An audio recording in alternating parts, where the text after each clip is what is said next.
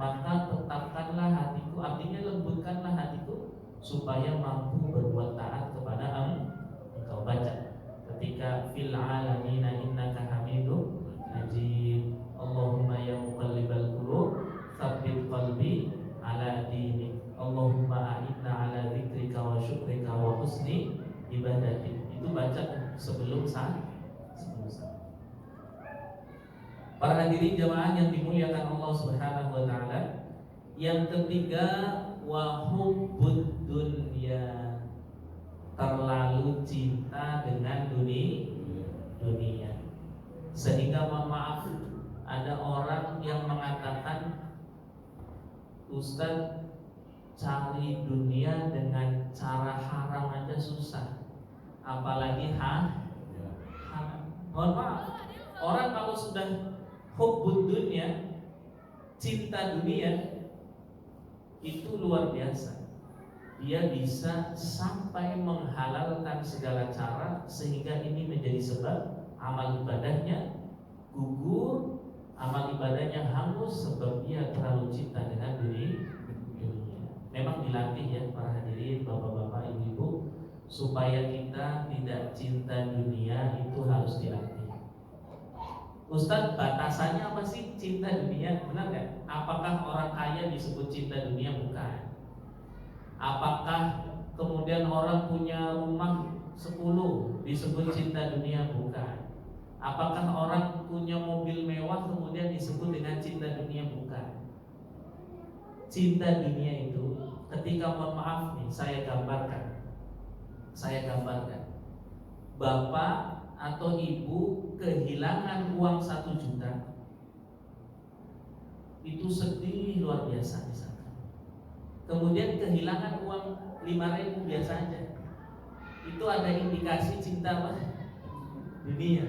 Karena dia perasaannya beda tuh, hilang 1 juta sama hilang 5.000. Berarti masih ada apa? Iya, masih ada kecintaan dunia. Tapi kalau perasaannya biasa aja, Bu, mau hilang 1 juta, ya udah innalillahi wa inna ilaihi, semua akan kembali kepada Allah. Hilang 5.000, ya innalillahi wa inna ilaihi. Bisa nggak tuh sampai situ? Bukan patokannya banyak duit, bukan ya. Mohon maaf, sahabat Utsman itu diantara sahabat yang kaya raya, tapi beliau tidak disebut dengan sahabat yang cinta dunia. Bahkan sahabat Utsman, Bu, mohon maaf, sholat malamnya itu sampai 30 juz. Sahabat Utsman sering saya kisahkan, sholat witirnya cuma 1 rakaat. Allahu Akbar, baca Fatihah, setelah itu baca Alif Lam Mim, Al-Baqarah selesai lewat, kemudian Al-Ain, Al-Imran, kemudian An-Nisa, kemudian Al-Ma'idah. Nggak kerasa tuh mulut, Qul a'udzu birabbin. Berarti sampai berapa juz? 30 juz. Padahal sholat witirnya apa? Ini diantara tanda walaupun kaya raya, bahkan sampai sekarang sahabat Utsman masih memiliki wakaf ya, kekayaan yang terus mengalir. Tapi beliau tidak lupa juga sholat malamnya menghadap Allah Subhanahu wa taala sampai menghatamkan Al-Qur'an. Jadi mohon maaf, kalau kita pengen tidak cinta dunia harus dilatih. Dan tidak menjadi patokan orang yang kaya lebih cinta dunia, orang yang miskin, mohon maaf, orang yang fakir itu dia tidak cinta dunia, belum tentu. Bahkan ada kebalikannya. Kadang ada orang yang fakir bahkan sampai cinta dunia, wah tiap hari ngurusin dunia. Kadang ada orang yang kaya raya, pagi ngopi, sholat duha, baca Quran, uangnya datang sendiri.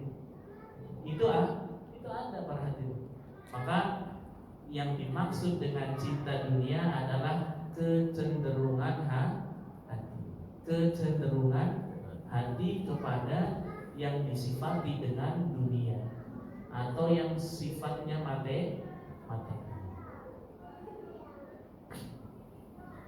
Jadi ibu dilatih tuh ya, kalau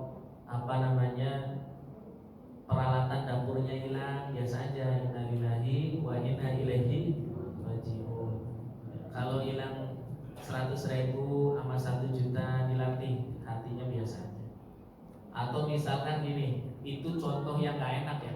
Contoh yang enak, ibu dapat uang 100 juta sama dapat uang 1 juta, itu syukurnya sama. Syukurnya sama. Karena dia orang yang tidak cinta dunia, tidak melihat materinya, tapi yang dia lihat yang memberikan siapa? Yang memberi 100 juta Allah. Yang memberi 1 juta juga Allah. Maka tidak ada alasan kita tidak bersyukur kepada Allah Subhanahu wa ta'ala. Itu kemarin ada FYP ya, namanya Al-Mukarram Al-Ustaz Adi Hidayat. Itu diantara contoh, misalkan seseorang yang tidak butuhnya, kemudian uang ataupun rezeki yang diberikan oleh Allah, kemudian dia sumbangkan 1 miliar, 100 juta. Itu diantara apa? Contoh seseorang yang tidak berbuat. Bahkan Nabi itu, kalau Nabi mungkin kita nggak bisa niru ya, susah. Ada orang sunnah Nabi pengennya enak-enak aja, poligami ini itu. Padahal sunnah Nabi itu banyak. Di antaranya sunnah Nabi, ketika Nabi memiliki harta, hari ini habis. Nabi punya rezeki, itu hari ini harus habis. Kemudian besok gimana Ustaz? Besok urusannya beda lagi. Besok Allah akan kasih rezeki. Bisa nggak kita? Itu nggak bisa Pak. Itu padahal sunnah dari Nabi kita, Nabi Muhammad SAW. Nabi kalau sholat malam kakinya sampai bengkak. Ada nggak tuh yang pengen sunnah Nabi kakinya sampai? Kadang kita mohon maaf sebatas yang kelihatan dohir aja, pengen mengikuti sunnah Nabi kita, Nabi Muhammad Sallallahu Alaihi Wasallam. Itu yang ketiga ya para hadirin. Semoga kita dijauhi daripada apa? Hubbud dunya. Bahkan ketika Nabi Sallallahu Alaihi Wasallam Isra Mi'raj itu diperlihatkan gambaran dunia. Diperlihatkan gambaran dunia, gambaran seperti perempuan yang mohon maaf sudah tua renta. Sudah tua renta tapi pakai skincare, pakai bedak, pakai apa lagi? Pakai lipstick, kemudian pakai elin apa namanya? Pokoknya gitu deh. Kemudian kita memeluk seorang perempuan tersebut. Dunia ini udah tua, gambarannya udah tua, tapi terus menghiasi dirinya sehingga banyak orang yang tertipu. Para hadirin jemaah yang dimuliakan Allah Subhanahu wa ta'ala. Yang keempat, waqillatul haya. Sedikit rasa malu. Mohon maaf, kita lihatlah di sosial media. Anak-anak muda zaman sekarang udah gak punya rasa malu. Mohon maaf, ketika sudah tidak punya rasa malu berbuat maksiat, maka amal-amalnya akan digugurkan oleh Allah Subhanahu wa ta'ala. Makanya di antara dosa yang tidak diampuni adalah dosa yang dilakukan terang-terang. Dosa kalau sudah berani dilakukan terang-terangan para hadirin, itu sesuatu yang dosa tersebut tidak diampuni oleh Allah Subhanahu wa ta'ala. Di antara dosa yang terang-terangan, maaf, malam berbuat dosa, pagi diceritakan sama temannya, semalam saya bisa nyuri sampai 5 mobil, semalam saya minum khamr, itu diceritakan. Makanya salah kalau ada ustaz, ada orang mau tobat ditanya kamu dosanya apa? Itu ustaznya baik, itu ustaznya nggak ngerti, nggak perlu ditanya. Ketika ada seseorang hendak bertobat, maka diajarkan mengenal Allah Subhanahu wa ta'ala, sholat taubat, baca istighfar, menyesali daripada dosa-dosanya tanpa menyebutkan dosa serta kesalahannya di masa lalu. Yang keempat apa Bu?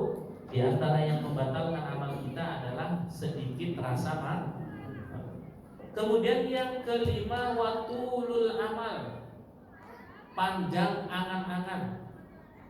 Terlalu banyak apa? Wah, angan-angannya terlalu panjang. Makanya mohon doanya nih dari para hadirin, bapak-bapak, ibu, saya lagi bikin buku. Itu buku menjelaskan tata cara hidup selama 1 hari. Nggak usah deh 2 hari, 3 hari, nggak usah. Menjelaskan tata cara hidup selama berapa Bu? 1 hari. Karena hari ini milik kita, besok belum, dan yang lalu buat pelajaran. Yang kita nikmati kapan? Hari ini. Nah dibikin judulnya Zadul Ibad ila Sabilir Rasyad. Bahasa Arabnya seperti itu. Jadi saya nulis hadis-hadis Nabi, keterangan dari mulai bangun tidur sampai tidur lagi. Dari mulai bangun tidur sampai tidur lagi. Kita ketika bangun tidur apa sih yang harus kita lakukan? Kemudian nanti jam 3 malam kita harus ngapain? Menjelang subuh harus ngapain? Kemudian sholat subuh, zikir setelah sholat subuh, kemudian baca Quran, kemudian sholat sunnah Isra, terus nanti datang waktu duha kita jelaskan duha. Kemudian waktu mencari rezeki dijelaskan di situ keutamaan daripada mencari rezeki yang halal. Kemudian masih banyak. Sekitar ada 100 pasal, sekitar ada 100 bab. Tapi mungkin masih agak lama. Tapi semoga bisa bisa selesai. Kemudian nanti ketika saya ngisi dimanapun pakai itu. Karena kita itu ya Pak hadirin ya, terkadang kita terlalu panjang angan-angan ya. Terlalu panjang angan-angan. Bahkan Nabi di dalam hadisnya, idza asbahta fala ta'tadiril masa. Jika engkau masuk waktu pagi jangan tunggu sore. Wa idza amsayta fala ta'tadiril shabah. Ketika engkau masuk waktu sore jangan tunggu pagi. Artinya apa? Ketika engkau punya kesempatan melakukan kebaikan, lakukan sekarang. Jangan ditunda. Kalau pagi ini kamu bisa sedekah, jangan tunggu sore. Belum tentu umur mau sampai sore. Jika sore ini kau bisa baca Quran, bacalah Quran. Jangan nunggu